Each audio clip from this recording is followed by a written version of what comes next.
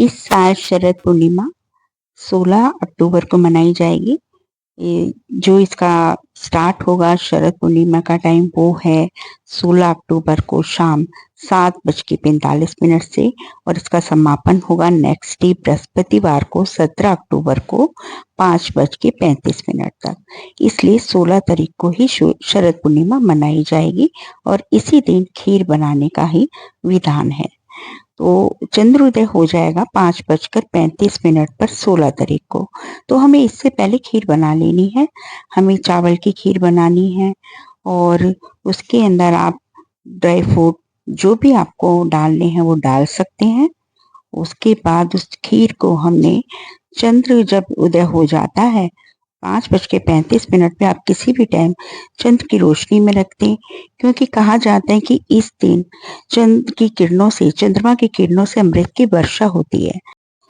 चंद्रमा की रोशनी में जब खीर पड़ी रहती है तो उसके वो अमृत बन जाती है और जब हम सुबह उस खीर को खाते हैं तो हमारे कितने रोग कितने दुख दर्द खत्म हो जाते हैं और दूसरा हमें सुख सौभाग्य की प्राप्ति होती है।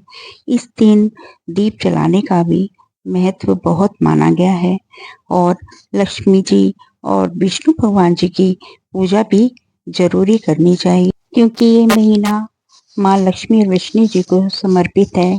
कहा जाता है कि लक्ष्मी जी का आगमन इसी दिन हुआ था। इस दिन गंगा स्नान जप और पूजा पाठ करने से सौभाग्य की प्राप्ति होती है और जीवन में आ रही रुकावटों से छुटकारा मिलता है।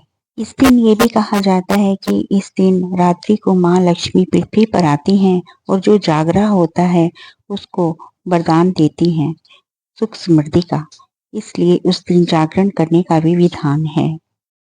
कुछ लोग इस दिन को जागरी पूर्णिमा और रास पूर्णिमा के नाम से भी इसे जानते हैं।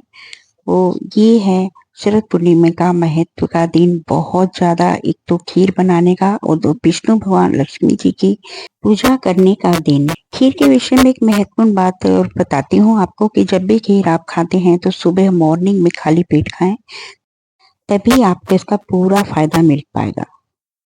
तो सभी 16 तारीख को खीर अवश्य बनाएं और चंद्रमा की रोशनी में रखें। वीडियो को लाइक सब्सक्राइब करना ना भूलें। जय श्री कृष्णा, राधे राधे।